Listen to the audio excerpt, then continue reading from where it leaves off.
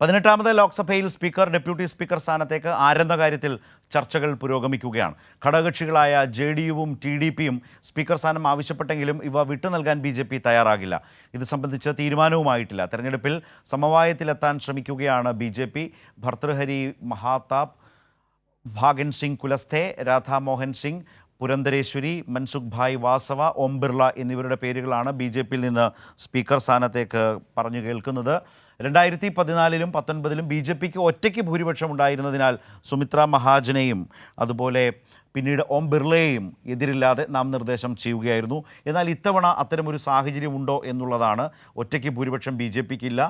ജെഡിയുവിൻ്റെയും ടിഡിപിയുടെയും നിലപാടുകൾ നിർണായകമാണ്. പക്ഷേ സ്പീക്കർ സ്ഥാനം വിട്ടുകൊടുക്കാനുള്ളൊരു മനോഭാവം ബിജെപിക്കില്ല എന്നുള്ളതാണ് റിപ്പോർട്ടുകൾ സൂചിപ്പിക്കുന്നത്. അങ്ങനെ വന്നാൽ ചിലപ്പോൾ ഓം ബിർള തന്നെ സ്പീക്കറായി തുടരും എന്നും ചില വാർത്തകളൊക്കെ വരുന്നുണ്ട്. അതുകൊണ്ട് തന്നെ ഘടകകക്ഷികളെ കൂടുതൽ ഒപ്പം നിർത്തി അതിലേക്ക് എത്തിച്ചേരാനാണ് ബിജെപി ശ്രമിക്കുന്നത് എന്നുള്ള തരം റിപ്പോർട്ടുകൾ വരുന്നുണ്ട്. എന്നാൽ ടിഡിപിയെ സംബന്ധിച്ച് ടിഡിപിക്ക് സ്പീക്കർ സ്ഥാനം വേണം എന്നൊരു നിലപാട് കർക്കശമായിട്ടുണ്ട് എങ്കിൽ ഒരുപക്ഷെ ഇന്ത്യ മുന്നണി എന്ത് നിലപാട് സ്വീകരിക്കുമെന്നത് പ്രധാനമാണ്. അങ്ങനൊരു നിലപാടിലേക്ക് വന്നാൽ ആ നിലപാടിനൊപ്പം അതിനെ പിന്തുണയ്ക്കാൻ ഇന്ത്യ മുന്നണി തയ്യാറാകുന്ന സാഹചര്യം ഉണ്ടായേക്കാം. അതുപോലെ പ്രധാനപ്പെട്ടതാണ് ഡെപ്യൂട്ടി സ്പീക്കർ ആര് എന്നുള്ളത്. കാരണം ഒറ്റയ്ക്ക് ബിജെപിക്ക് ഭൂരിപക്ഷം ഉണ്ടായിരുന്ന സന്ദർഭത്തിൽ ഡെപ്യൂട്ടി സ്പീക്കറെ ഉണ്ടായിരുന്നില്ല. കഴിഞ്ഞ തവണയൊന്നും ഡെപ്യൂട്ടി സ്പീക്കർ ഉണ്ടായിരുന്നില്ല. പക്ഷേ ഇത്തവണ ഡെപ്യൂട്ടി സ്പീക്കർ വേണ്ട സാഹചര്യമാണ്.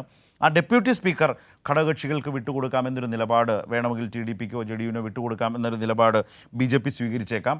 അപ്പോഴും അത് പ്രതിപക്ഷത്തിന് അവകാശപ്പെട്ടതാണ് എന്നൊരു നില കോൺഗ്രസിൻ്റെയും മറ്റും നേതൃത്വത്തിൽ ഇന്ത്യ മുന്നണി സ്വീകരിക്കാം. കോൺഗ്രസിന് 100 അംഗങ്ങളുണ്ട്.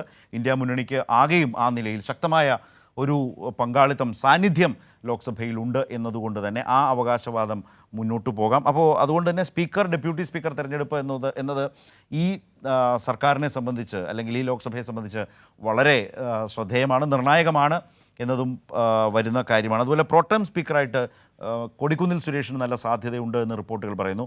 സീനിയർ മോസ്റ്റ് അംഗം എന്ന നിലയിൽ 8ാം തവണ ലോക്സഭയിലെത്തിയ അംഗം എന്ന നിലയിൽ, അദ്ദേഹത്തിനോടൊപ്പം 8 തവണ ലോക്സഭയിൽ എത്തിയ മറ്റൊരാൾ ഇപ്പോൾ കേന്ദ്രമന്ത്രിയാണ്. അതുകൊണ്ട് തന്നെ കൊടിക്കുന്നിൽ സുരേഷ് പ്രോട്ടം സ്പീക്കറാകും. പ്രോട്ടം സ്പീക്കറുടെ ചുമതലയിലാവും പുതിയ അംഗങ്ങളുടെ സത്യപ്രതിജ്ഞയും മറ്റും നടക്കുക. ആ നിലയിലാണ് പ്രോട്ടം സ്പീക്കറുടെ ഒരു പ്രസക്തി ഉള്ളത്. പുതിയ സ്പീക്കർ തെരഞ്ഞെടുപ്പ് വരെ പ്രോട്ടം സ്പീക്കറുടെ നിയന്ത്രണത്തിലാവും സഭാ നടപടികൾ സംഭവിക്കുക.